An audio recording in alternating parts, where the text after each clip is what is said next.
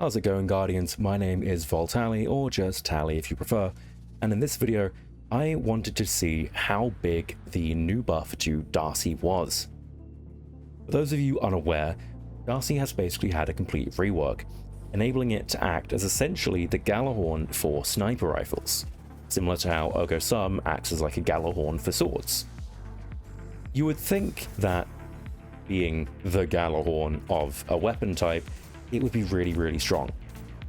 In my testing, it didn't really seem to be that way. But you need to keep in mind that this was very rough damage testing on Templar, so take all the numbers I'm about to say with a grain of salt. To start off with, I used D.A.R.C.I on its own just to see how the damage buff is with Personal Assistant on yourself, and it was quite surprising.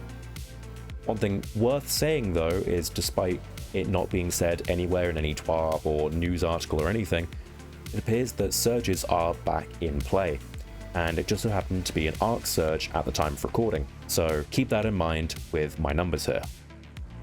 In my testing, D.A.R.C.I got 716,475 damage. Honestly, not too bad. Next up on the list was an Ikelos SR sniper with 4th times the charm and high impact reserves. Again, this was just the weapon on its own, so I could get a baseline. The numbers I got were 540,742. Next up on the list, we had Cloud Strike, which again, remember, an arc surge. And this dealt 873,660. Incredibly solid damage here. Next up, we had Supremacy, one with kinetic tremors and one without. The kinetic tremors roll did 687,074 damage. Meanwhile, the roll without kinetic tremors did 658,000. We also had an Uzume sniper in play, which did 485,746 damage, and the numbers weren't all that impressive even with D.A.R.C.I in play. The test with D.A.R.C.I had the following. Indian Scammer was on the Uzume, as previously mentioned, and Zendrit here was on the Supremacy.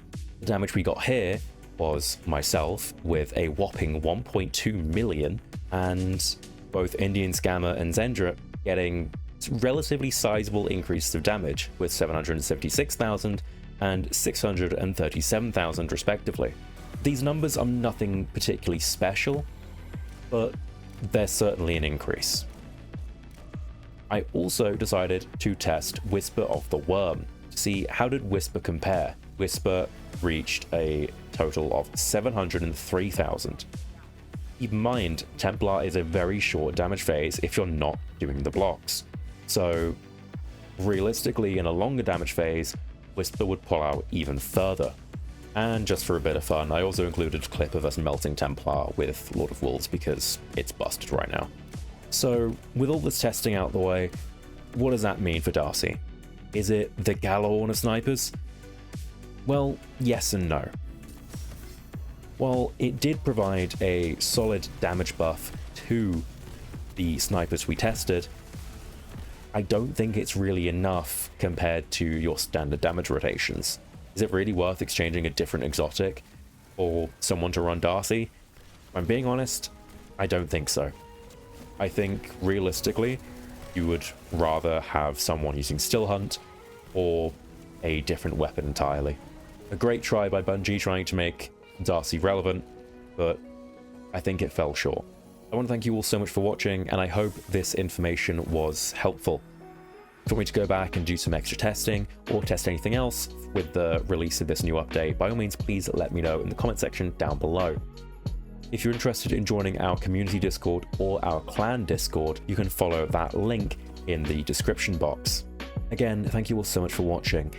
It really does mean a lot.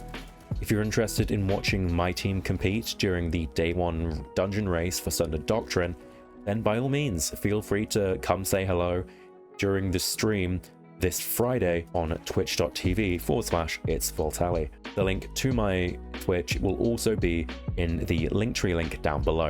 Again, thank you all so much for watching, and as always, see you all Starside. Bye for now, Guardians.